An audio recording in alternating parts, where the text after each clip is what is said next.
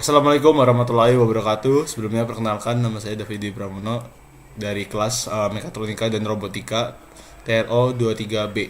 Jadi di sini saya ingin menjelaskan yaitu materi pengantar tentang ROS eh, atau dasar-dasar operating system dari section 1 dan section 2, yaitu sebuah framework canggih untuk pengembangan robotika.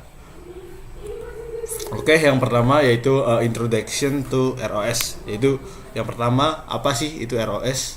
Jadi ROS itu adalah sebuah framework fleksibel untuk mengembangkan sebuah perangkat lunak, yaitu robot. Lalu mengapa ROS?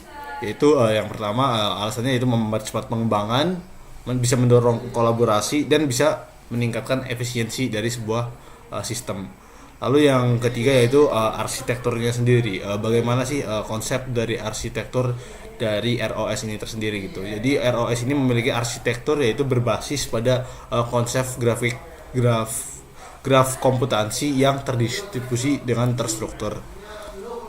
Oke, untuk selanjutnya ada instalasi ROS. Jadi kita akan membahas juga tentang bagaimana kita cara tentang penginstalasian ROS. Jadi yang pertama adalah uh, kita sesuaikan kebutuhan proyek dengan kapabilitas dari sistem. Jadi bagaimana sistem itu membutuhkan efisiensi dari si ROS ini,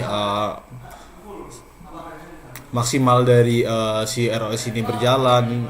Jadi disesuaikan dengan kebutuhan seefisien mungkin. Lalu yang kedua ada siapkan repository, yaitu tambahan sumber ke ROS, ke sistem operasi yang ingin kita jalankan. Lalu yang terakhir ada tentu saja install paket, yaitu menggunakan manager atau driver untuk mengunduh dan menginstal ROS ini. Terus selanjutnya adalah ada package, yaitu dari ROS ini ada package-nya. Yang pertama, untuk definisi dari package dalam ROS ini sendiri, yaitu unit dasar untuk si perangkat lunak ini dalam ROS. Lalu dari strukturnya yaitu ada 4, yaitu pertama berisi launch file, executable, terus library dan dependencies. Lalu untuk manfaatnya sendiri yaitu untuk modularitas, reusabilitas dan pengelolaan kode yang efisien. Selanjutnya ada nodes dalam ROS. Yang pertama ada prosesnya, yaitu executable yang melakukan komputasi. Jadi dari si eksekutifnya ini yang melaksanakan komputasinya. Lalu untuk komunikasinya ada pertukaran data melalui topik, service, dan action. Lalu selanjutnya ada fungsi, yaitu untuk menjalankan tugas spesifik dalam sistem robot. Lalu ini juga yang keempat ada fleksibilitas, yaitu dapat ditulis dalam berbagai macam bahasa pemrograman. Oke, yang selanjutnya ada message dan topik. Jadi yang pertama sendiri ada message, yaitu struktural data untuk komunikasi antar nodes. Yang selanjutnya ada topik, di mana topik ini merupakan saluran bernama untuk pertukaran message.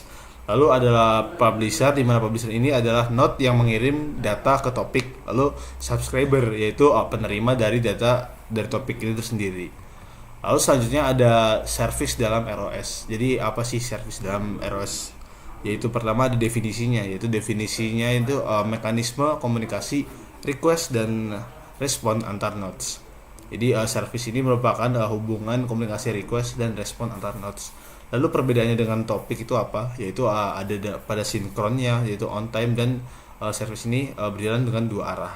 Lalu untuk penggunaan si service dalam ROS ini cocok untuk operasi yang memerlukan konfirmasi atau hasil yang lebih spesifik. Lalu selanjutnya ada action dalam ROS. Yaitu yang pertama untuk tujuannya sendiri ada menangani tugas jangka panjang dengan feedback yang detail. Lalu komponennya sendiri ada goal dari tujuan si action dalam ROS itu sendiri, dan feedback lalu hasilnya. Lalu untuk keunggulan dari ROS ini sendiri, yaitu pelaksanaannya yang dalam real time, sehingga dapat dibatalkan selama proses eksekusinya. Lalu untuk yang selanjutnya ada launch file-nya. Lalu untuk launch file sendiri apa sih fungsinya? Yaitu untuk menjalankan multiple nodes dan set parameter secara bersamaan. Lalu untuk formatnya sendiri ada file XML yang dapat mendeskripsikan konfigurasi launch. Dengan manfaatnya sendiri yaitu menyederhanakan setup dan manajemen sistem secara kompleks. Oke, untuk parameter sendiri yang terakhir sendiri ada parameter dalam ROS, yaitu yang pertama definisinya itu nilai yang dapat dikonfigurasikan untuk node, dan yang kedua ada penyimpanannya, yaitu disimpan dalam parameter server, lalu aksesnya dapat diubah secara runtime. Oke, sekian dari saya. Terima kasih. Kurang lebihnya mohon maaf. Wassalamualaikum warahmatullahi wabarakatuh.